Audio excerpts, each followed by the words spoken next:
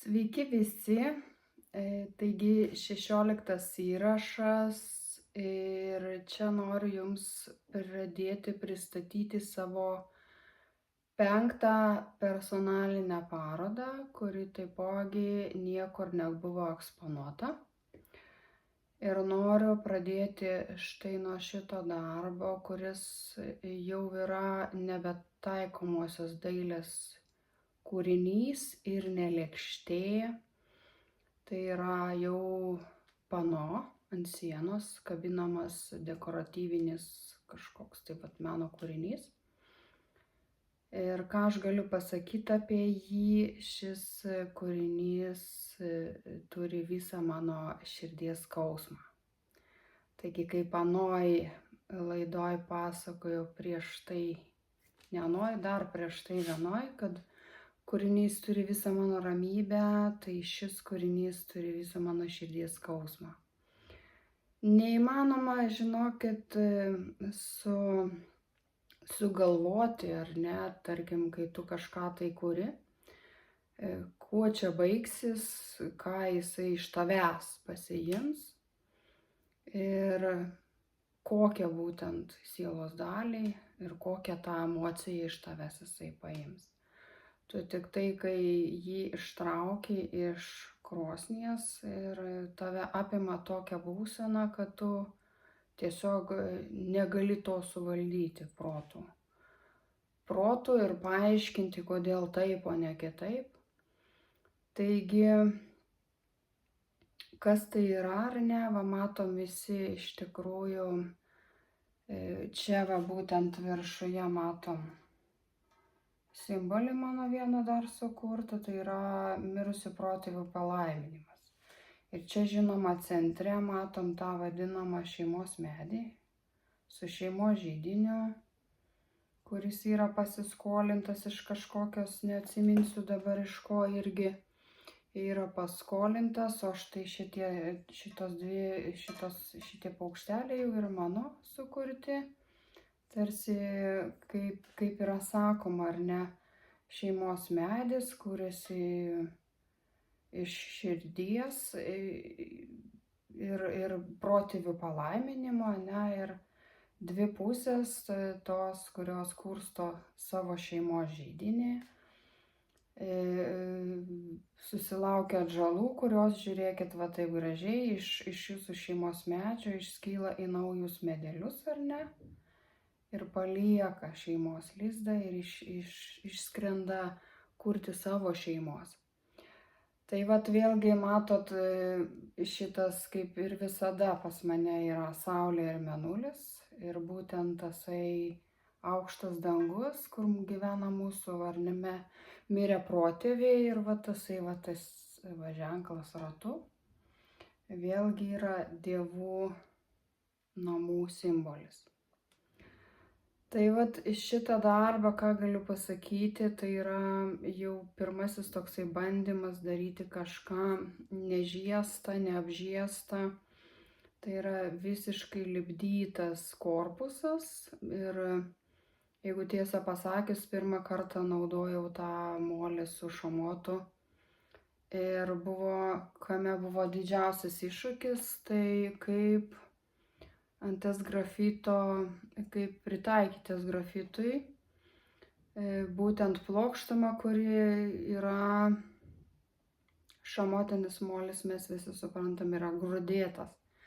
Ir kaip išgauti tą plokštumą lygią, kad nebūtų jokių grūdelių ir nieko. Tai šitoj vietoj buvo iššūkis, apie jį aš aišku dėl autorinių savo technikos subtilumo aš jums ir nepasakosiu.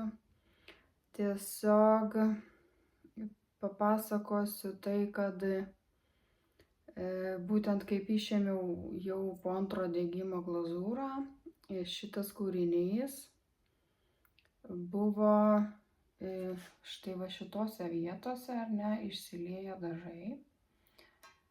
Ir būtent šita širdis, jinai dengta yra raudona glazūra, kaip sakiau, ta kaprizingiausia iš visų.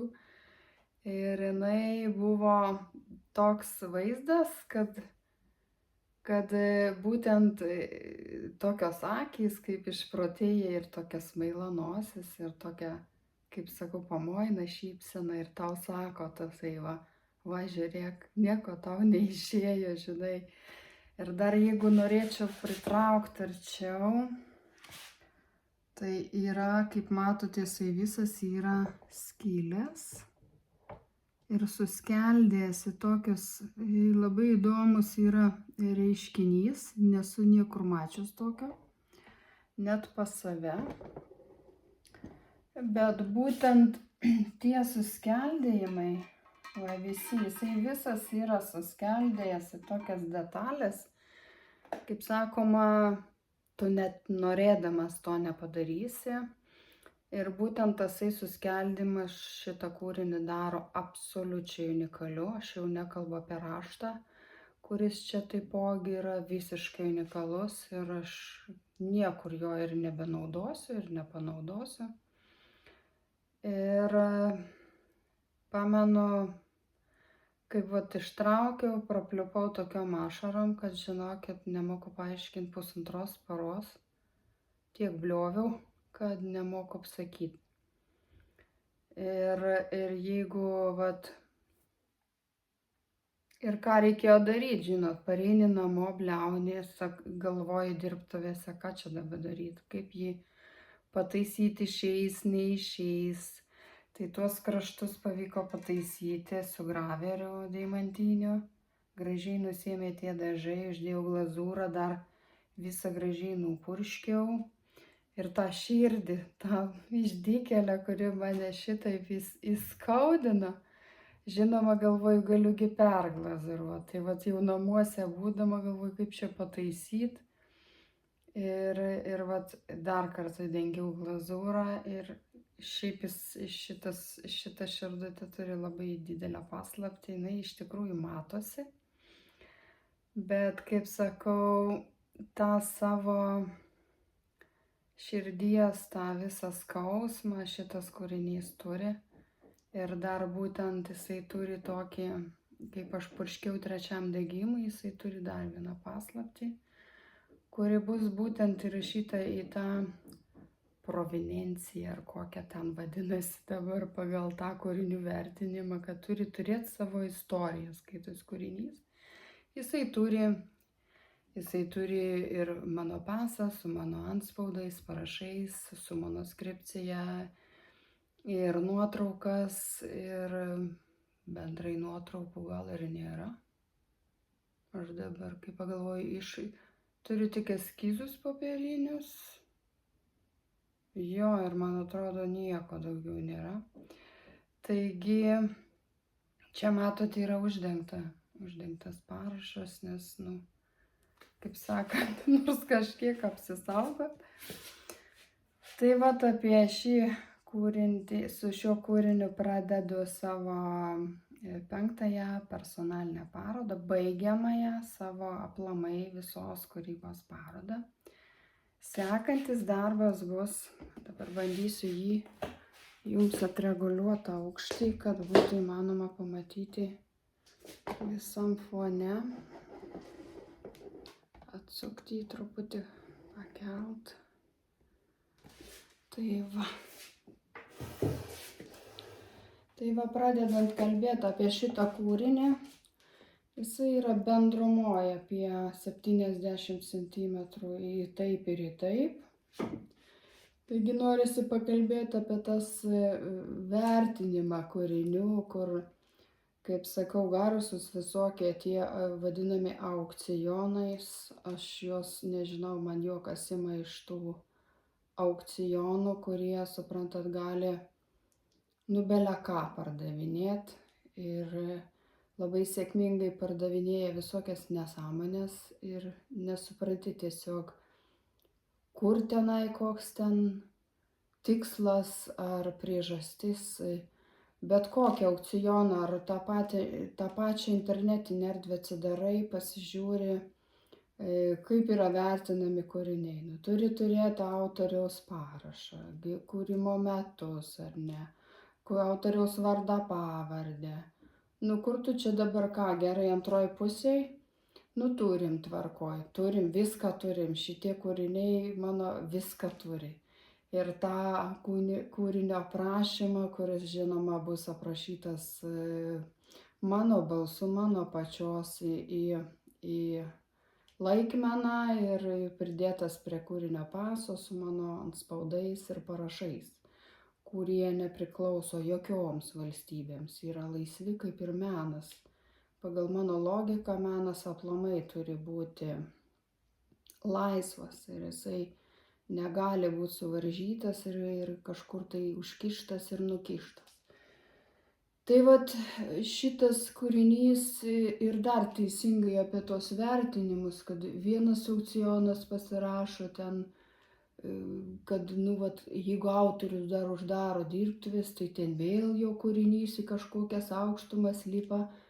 Bet realiai vat ši situacija, ar ne? Vat jūs matot unikalų kūrinį, kuris yra atliktas autorinė technika, ar ne?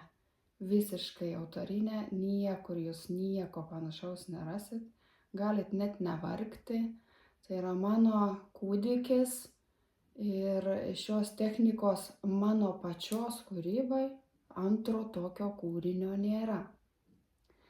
Ir jeigu dabar aprašyti, surašyti ir ką čia surašysim, turėsim, bet kaip jūs įsivaizduojat, ar vertintojas, ar tenai kritikas gali be mano apibūdinimo įvertinti šitą kūrinį? Negali. Kol aš nepasakysiu apie jį nieko svaraus, arba jie neišklausys tos laikmenos, kur yra sudėta visa informacija apie šį kūrinį, visi eskizai, visa atsiradimo istorija, pati technika atlikimo, ar ne. Ir būtent šis kūrinys turi jau, kaip čia pasakyti dabar jums, kad suprastumėt, jeigu aš dirbau daugybę metų, apie 20 metų, ar ne, su S-grafito technika ir pusiau majolika, tai iš tų dviejų technikų gimė šita technika, kurią aš atlikau vienintelį kartą. Taip, eskizai, ten, tarkim, pats modelis bandytas daryti pradėjau nuo pavasario. Čia yra, jisai vadinasi metai. Metų laikai, metai, kaip gali tikrai gerai matytis filosofiškai, ar ne, kad čia yra žiema, čia yra pavasaris, vasara ir ruduo, ar ne. Puikiai matosi ir būtent išpildymas yra mišri technika mano, kaip jau ir sakiau, sukurta. Tai jeigu modelį pradėjau praktiškai nuo sunkiausio daryti, tai nuo pavasario, nes čia iš tikrųjų buvo daugiau tų vėjų ir buvo be proto sunku išpildyti. Pirminį norą ten su stiklo kristalais idėja buvo labai graži, gera, bet kai pradedi dirbti, tarsi kažkas sako, sustok, panelė, sustok ir pagalvok, į kurią pusę eini, ne į tą pusę eini. Turi būti lengvas, kažkas lengvai turi kurtis tai, ką tu prieš 15 metų, ar ne, tu ten staigiai eskizus užsimetei ir tu turi. Iš tikrųjų, šitas darbas turi stovėti eilėj nuo žiemos, pavasario, vasaros ir rudens. Bet kad norint parodyti per įrašo pagalbą, kad taip viskas kartu būtų, tenka tokį variantą jums demonstruoti. Taigi, tiek tos viso aprašymo aš jums nepasakosiu, nes tai yra tikrai autorinis reikalas ir jisai bus surašytas, kaip sakoma, sekančiam pirkėjui. Jis turi ir mano kūrinio pasą su mano antspaudais, su mano parašais ir jisai ant kiekvieno, tarp kitko, šio kūrinio yra ir data, kuri yra ne šių metų data, yra išpildymo data ir nesakysiu kokių metų, kad staiga pist koksai pilypas iš kanapę ir nesakysiu, ir aš sugalvoju. Ne, čia yra sugalvota anksčiau, o išpildyta prieš keletą metelių. Ir būtent kaip suprantat, kaip čia vadinasi dabar pagal meninę tą kryptį, čia yra pano ant sienos, ar ne, yra atlikta autorinė technika ir taikytas mano sukurtos molio spalvos, mano formulės molio spalvų. Ir šitam išpildyme jis yra ne tik kad unikalus, bet jis yra aplamai vienintelis šios technikos išpildyme, jisai yra vienintelis kūrinys visame pasaulyje. Tai vat, ką daugiau galiu pasakyti, labai nesiplėsiu, nes turi, sakau, antroji pusė ir parašus, ir išpildymo datą, jisai turi viską. Ir dar gyvą autorę turi, kuri žino daugiau apie šį kūrinį negu jums koks tai vertintojas. Aišku, jie turbūt baigė kažkokius mokslus, bet jūs man dabar pasakykit, ką gali pasakyti vertintojas, kuris jokioj mokykloj apie tai neskaitė, nes apie tai informacijos nėra. Tai va, šiandien įrašas toks ir susitiksim sekantį kartą.